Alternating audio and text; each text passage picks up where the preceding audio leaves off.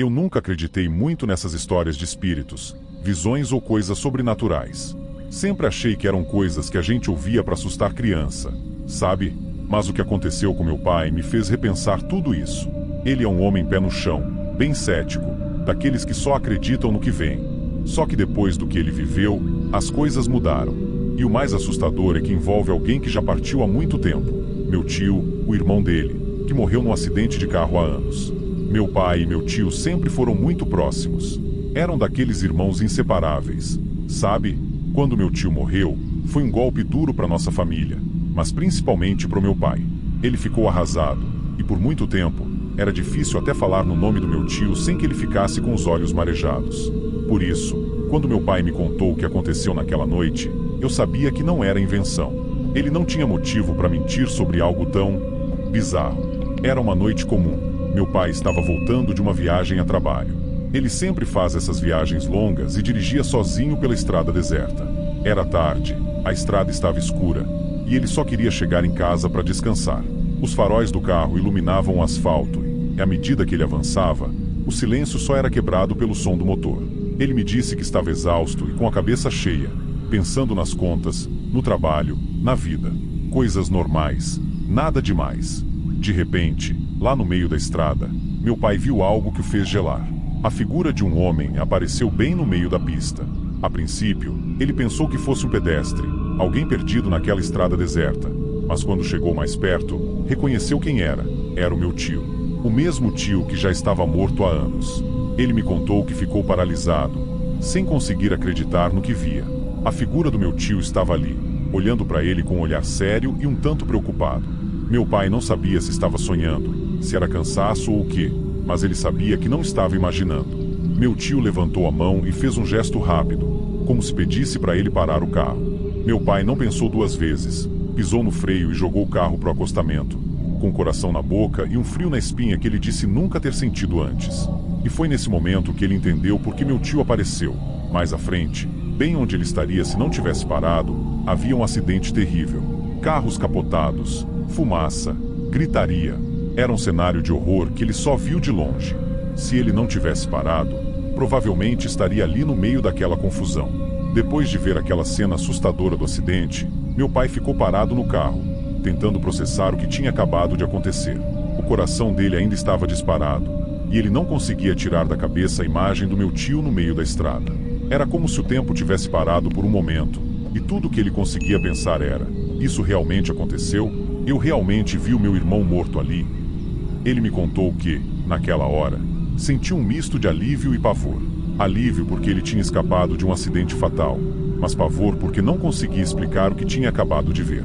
Como era possível? A imagem do meu tio ainda estava muito viva na mente dele, com o mesmo rosto, as mesmas roupas que ele costumava usar, e aquele gesto, aquele simples gesto que salvou a vida dele. Enquanto os minutos passavam, meu pai foi recobrando a calma, mas a sensação de estar sendo protegido por alguém do além não saía de sua cabeça. Ele sabia que, de alguma forma, o espírito do meu tio estava ali para avisá-lo. E foi aí que ele começou a se questionar sobre a vida após a morte, sobre o que realmente acontece quando alguém que amamos parte deste mundo. Até então, ele nunca tinha pensado muito nisso, mas agora, essa experiência estava forçando-o a encarar essas questões de frente. Depois daquela noite, meu pai nunca mais foi o mesmo. Ele, que sempre tinha sido um homem racional, prático, passou a pensar mais na espiritualidade, em coisas que vão além do que podemos ver e tocar. Ele começou a se perguntar se outras pessoas também tinham passado por algo parecido, se também tinham visto entes queridos depois da morte, e o mais importante, o que essas aparições significavam. Eu lembro dele sentado à mesa, dias depois, com um olhar perdido, como se ainda estivesse tentando entender tudo aquilo. Ele me disse que, por mais que fosse difícil aceitar, ele acreditava que o amor entre irmãos, ou qualquer laço de família, é tão forte que pode transcender até mesmo a morte. Seu tio ainda está cuidando de mim, ele disse. E foi aí que eu percebi como aquela experiência o transformou.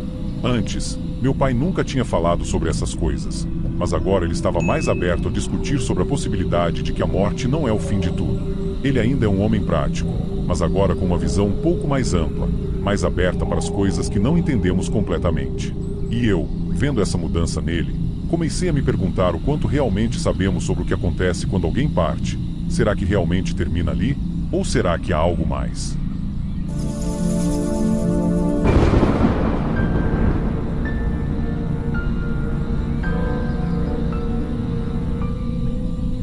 Meu nome é Ramon Ortega, e a estrada é minha casa. A vida de caminhoneiro não é fácil. Você passa mais tempo com o motor roncando do que com a própria família. Eu sempre me orgulhei de ser bom no que faço, mas nos últimos meses, parecia que a má sorte tinha grudado em mim. Eram acidentes evitados por pouco, pneus estourando em lugares desolados, e até assaltos que só não aconteceram por um milagre. Sabe quando você sente que alguma coisa ruim vai acontecer?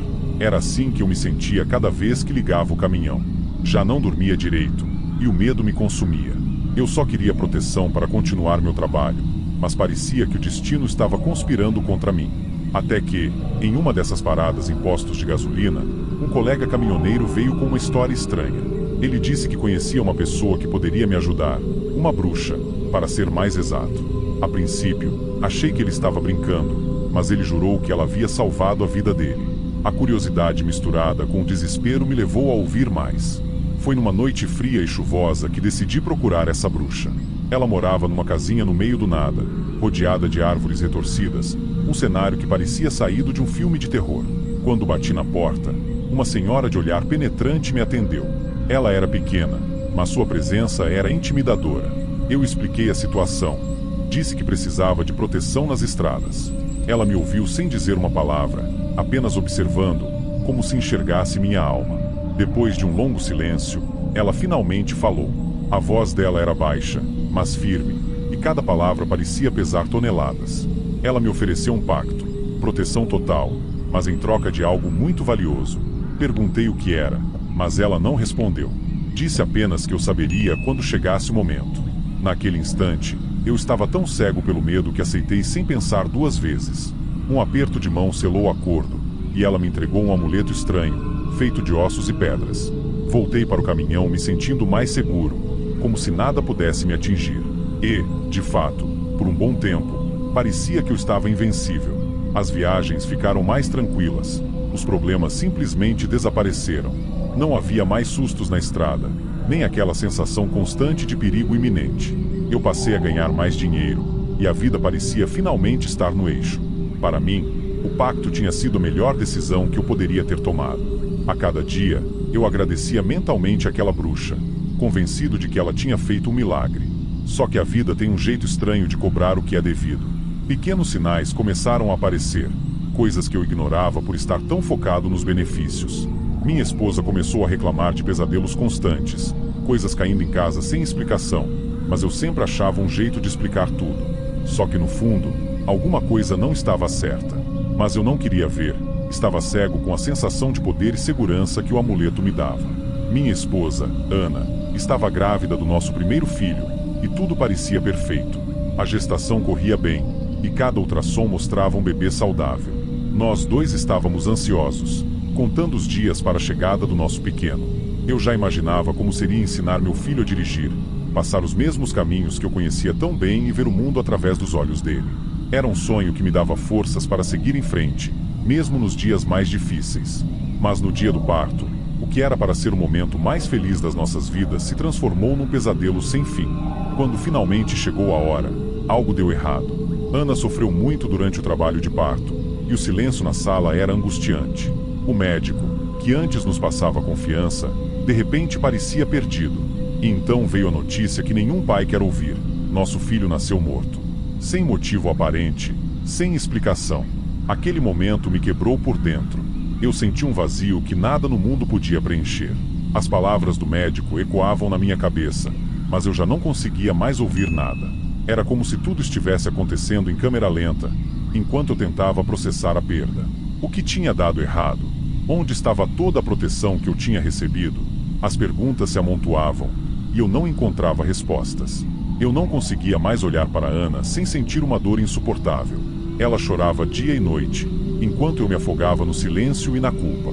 Foi nesse momento que a verdade me atingiu como um soco no estômago. O pacto com a bruxa, o amuleto, a sensação de invencibilidade, tudo começou a fazer sentido de uma forma terrível. Aquela proteção que eu tanto desejava tinha um preço, e agora estava claro o que eu tinha perdido.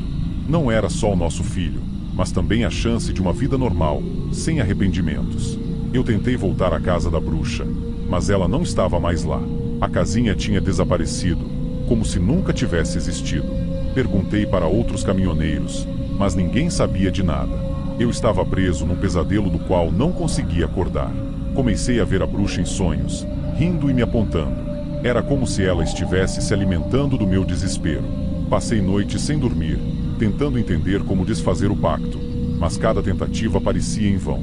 Eu sabia que não havia volta. Ana e eu nos afastamos. A dor dela era um espelho da minha, e não conseguimos mais nos conectar. Eu mal conseguia encarar o próprio reflexo no espelho.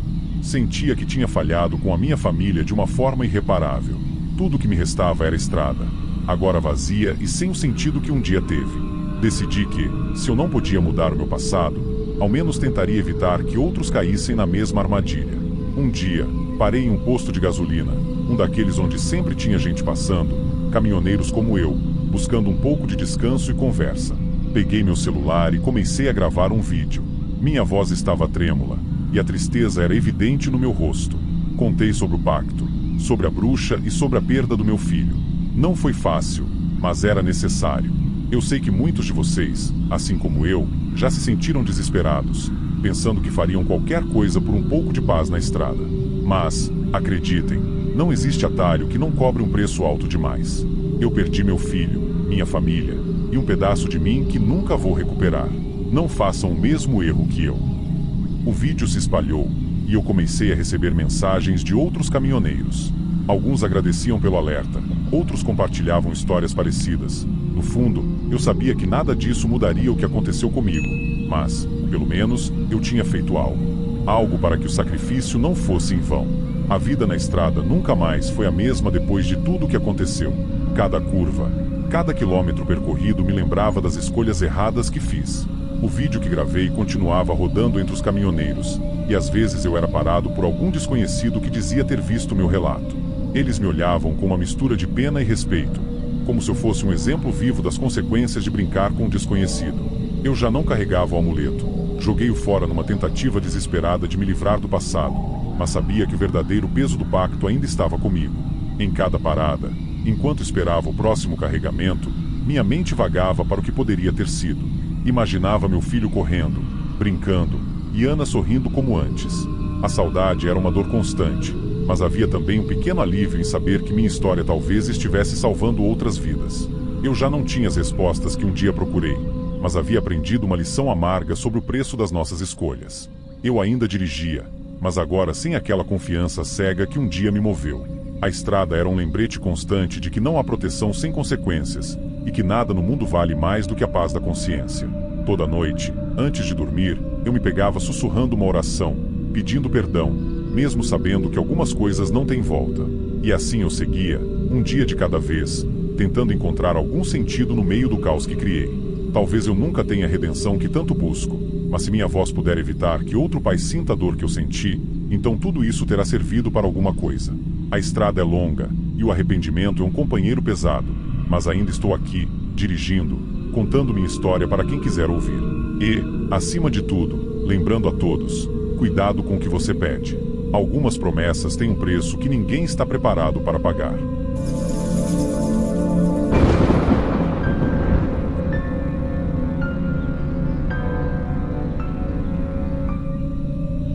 Sabe aquela sensação de que a noite nunca vai acabar?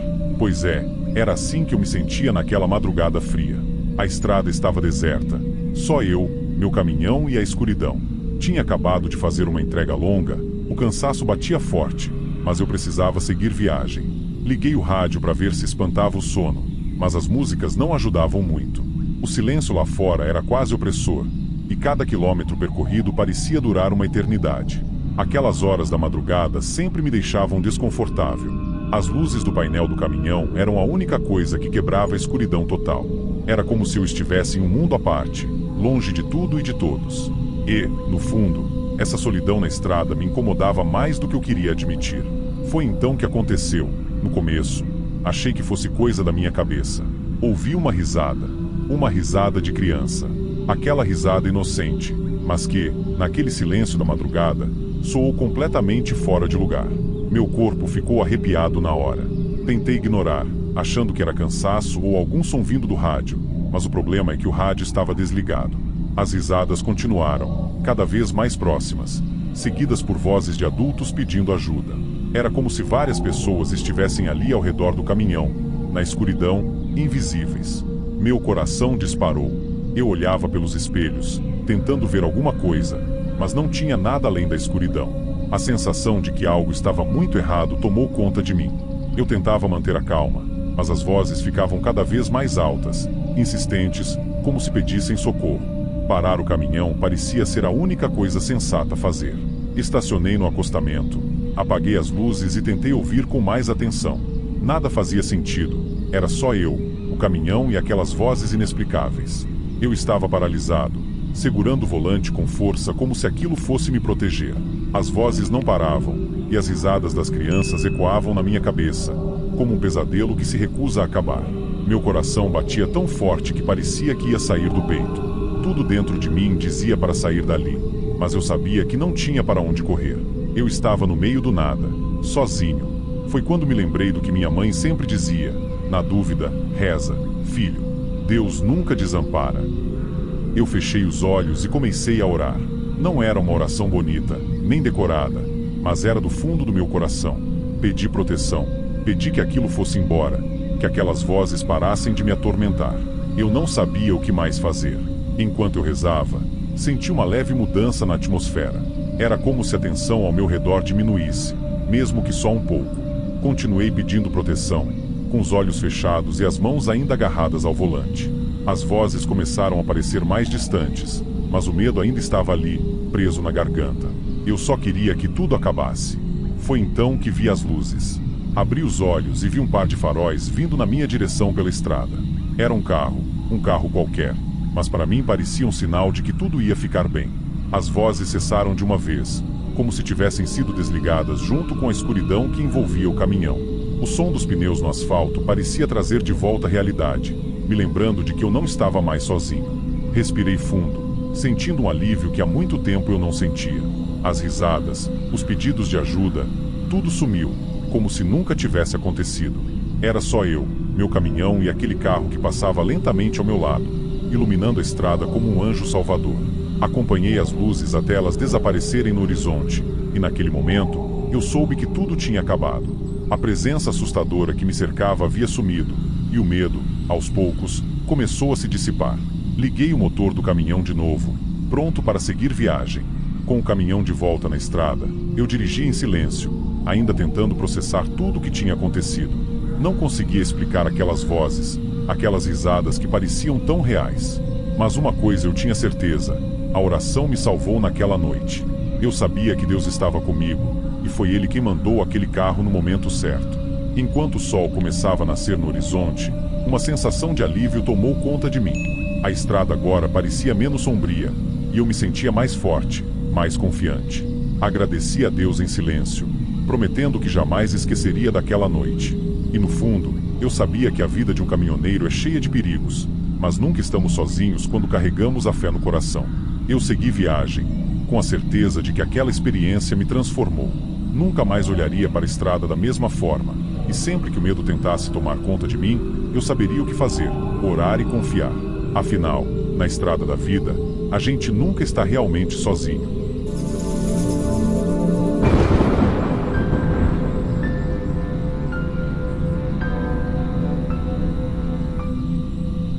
Eu estava dirigindo há horas. O cansaço já começava a pesar nas costas e os olhos estavam pesados. Decidi parar em um ponto de descanso que conhecia bem, desses que a gente sempre encontra pela estrada. Saí do caminhão, comprei um café bem forte e fui dar uma respirada no ar frio da madrugada. Foi aí que eu a vi. No estacionamento, meio afastada dos caminhões, estava uma mulher parada, olhando fixamente para a estrada. O jeito que ela estava ali, quieta, com um semblante sereno, me chamou a atenção. Algo na maneira como ela olhava para o nada parecia triste, mas ao mesmo tempo, em paz. Tinha algo de familiar, mas eu não conseguia lembrar de onde.